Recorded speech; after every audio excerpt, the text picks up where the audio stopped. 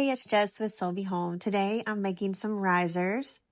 These wooden rounds and little feet pieces were found at Hobby Lobby. They were super easy to create. And I'm going to be using Iron Orchid Designs Delft Traditions Azure. I think that's how you say it. And this is a paint inlay.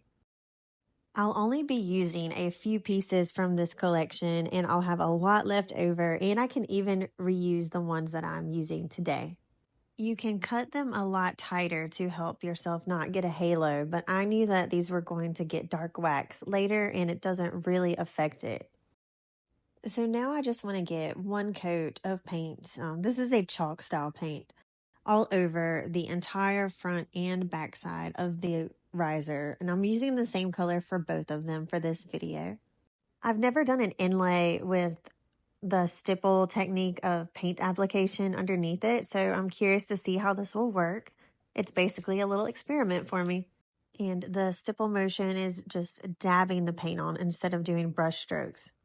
I do usually pre-mist my inlay, but I guess I forgot to do that this time, and it still worked out fine.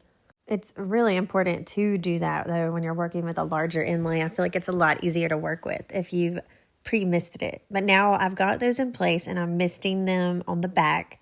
And now I'm just using a brayer to go ahead and make sure I get good contact with my paint surface. After this, I'll sit it to the side and let it fully dry before trying to remove the inlay grid sheet. And here's my second riser. I chose a very simple, just singular inlay for that in my little helper Colt. So I've already misted the inlay that was dry and I let it sit about 30 seconds, and then I can peel it back slowly. You can see that little area where the paper was, and I usually just dab it with my finger. The paint's already wet, so it'll dab back in a little bit. You'll still see a difference there though. But with the dark wax, that's not a problem. There's other ways to kind of feather your paint back in and help minimize that. I really love these inlays. They remind me of transferware china. And after I remove these, I just sit them to the side so they can dry also. They won't be as crisp the next time that they get used, but they are still very usable, especially for the rustic style projects that most of us love. I'm going to let them dry a little bit and go ahead and spray them outside with a clear sealer before moving on. Now I want them to have even more of a matte look, so I'm going to apply some clear wax all over the front and the back, and then that will also help me control the dark wax that I'm applying next. Inlays are supposed to be sealed with a spray sealer before moving on to anything else with a brush stroke, just to go ahead and seal that and not cause any smudging. You can also mix your sealer with some water and put it in a spray bottle and cover it that way too. And I've tried a lot of different brands of waxes, and this Jolie brand is my favorite, hands down. So I have the clear, brown, and black wax. I even actually have the white wax too, but I just don't use it a lot. So I chose to do this one with a little bit lighter of a antique wax look, and the other one is a little bit heavier.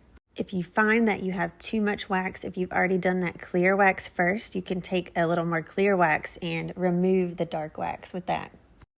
And so I never wash these brushes for the wax. I usually just put them in a little Ziploc baggie and label it with which color it's for. So this has a nice little aged look now, and you can't see that halo nearly as much. That is from the edges of the paper on the inlay. And this one I do a little heavier just because it did have a lot of the edges since I used 4 different pieces. But I also really just wanted to give it a heavier aged look and make it look a little dirty. But there are a lot of possibilities and color combinations, different inlays, even transfers that you could use with creating your own riser. I'm curious to see how it sells in my booth. This is the perfect size for a little candle, a little bud vase, or something like that. Could technically just do a glaze and then a heavy-duty sealer and make it a little plant stand or something else as well. But that's the beauty of using an inlay. It really is part of the piece. So here's the final result. Thank you for watching. Let me know if you've tried an inlay in the comments. I know sometimes people find them very daunting. I really think that they're pretty easy to work with. It's just a little bit of a learning curve. Please remember to like and subscribe. Have a great week.